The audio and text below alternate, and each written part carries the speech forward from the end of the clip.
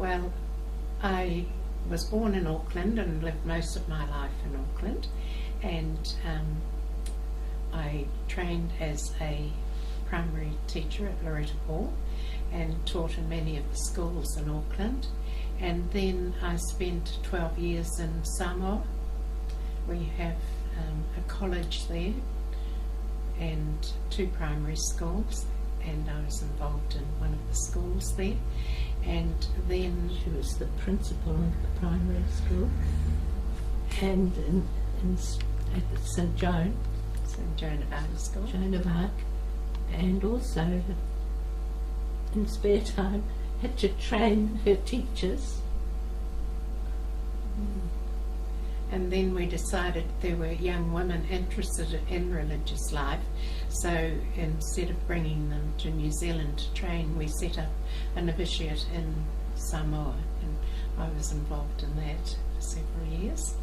And when I returned to Auckland in 1989, we had a chapter in which we made a commitment to women and children at risk, and as a result of that we set up a refuge in Glen Innes for women and children who needed shelter, and I was involved in that for 10 years. And then we set up a community centre in Ellerslie, Te Waipuna Pūwai. So after working there for some time, I then came to Rotorua to be with Monica.